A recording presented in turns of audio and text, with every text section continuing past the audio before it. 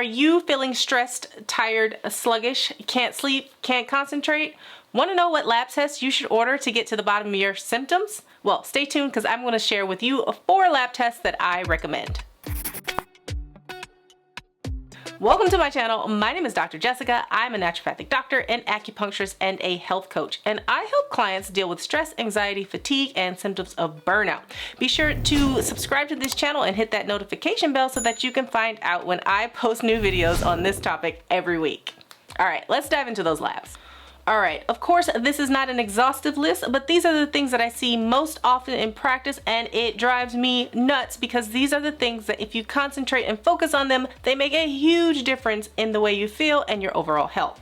So first up is hemoglobin A1C. You might have heard of this one because this is what we use to measure or monitor or see if you are reaching a state towards type 2 diabetes. Now, hemoglobin A1C is a 3-month measure of what your body has been doing with sugar or how your body has been really processing your glucose.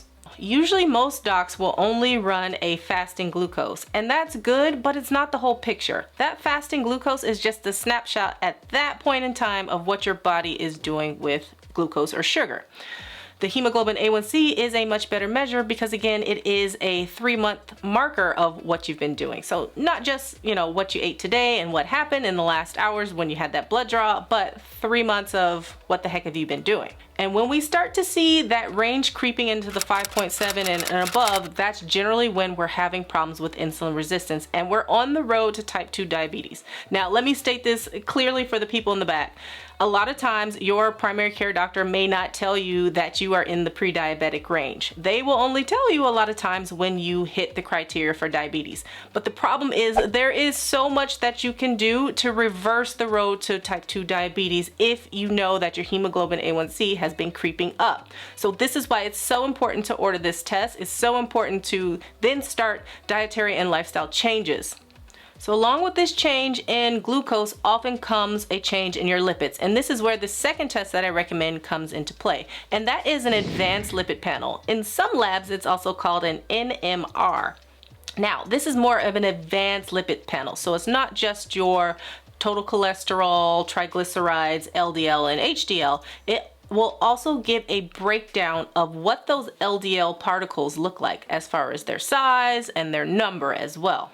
Now, this is important because it's not just total cholesterol and triglycerides that increases your risk for cardiovascular disease. It also has to do with what the size and shape of those particles look like. Those smaller, more dense LDL particles tend to put you more at a risk for cardiovascular disease. So even if you do have a normal kind of LDL level, if you have a lot of those smaller, more dense particles, that's generally more trouble. So that issue with lipid metabolism combined with the problems with glucose regulation starts to put you at some serious risk. But this is a thing that can really be contained by dietary and lifestyle interventions. I want you to comment below, when is the last time you've had any of these tests done, or have you ever had any of these done? The next test I recommend has to do with your thyroid gland. Now, a lot of docs will only order what's known as TSH. That is a thyroid stimulating hormone. That is a hormone that comes from the brain telling the thyroid gland itself to make thyroid hormone. And TSH alone, for me, is not quite enough. It doesn't give us enough detail. Yes, we're getting the signal, make thyroid hormone, and we can tell if that's high or low, but then we need to know, is the thyroid actually responding? So that's when we need to look at T3 and T4. Now, T3 and T4 are the hormones that are actually made by the thyroid gland itself. Now, this is really important, again, when it comes to chronic stress, because that elevated cortisol, again, can get in the way.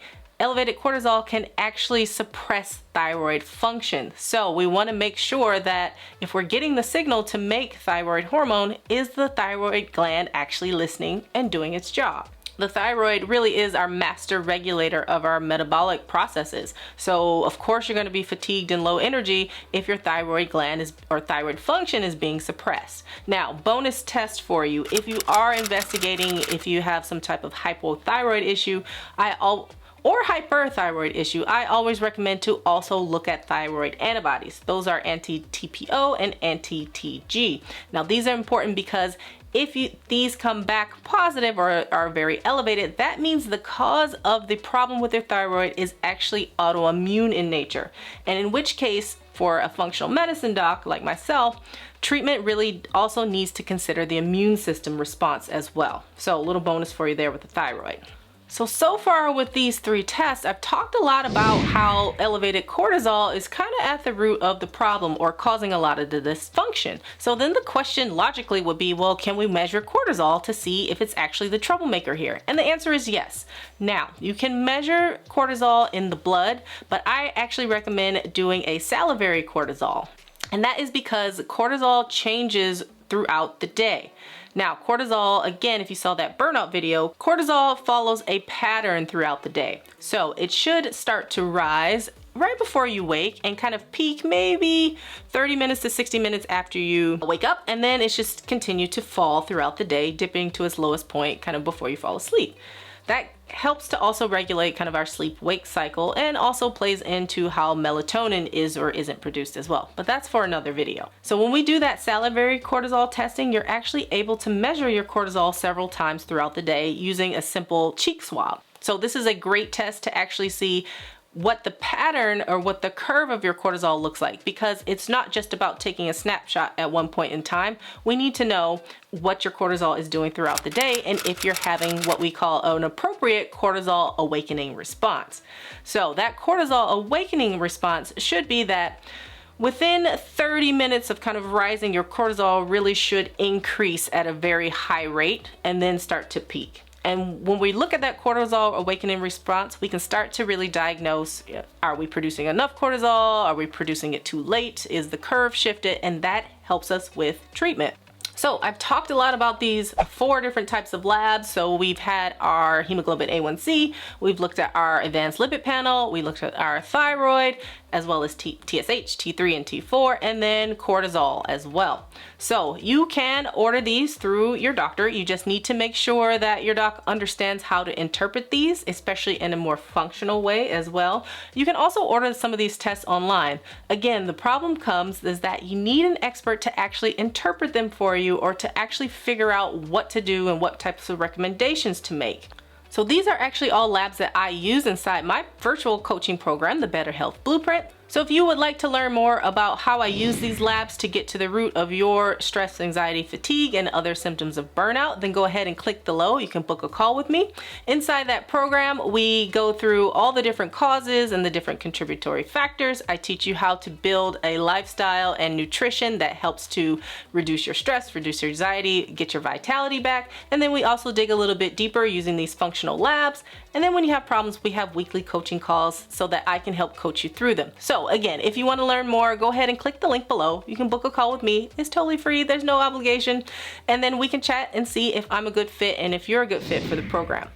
So go ahead and click the link below if you'd like to apply.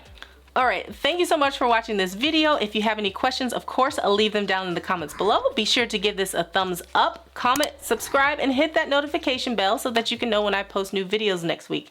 Otherwise, I will see you in the next video. Bye. Oh. The phone never rings. No one even has that number. Do you still have a house phone? Probably a fact.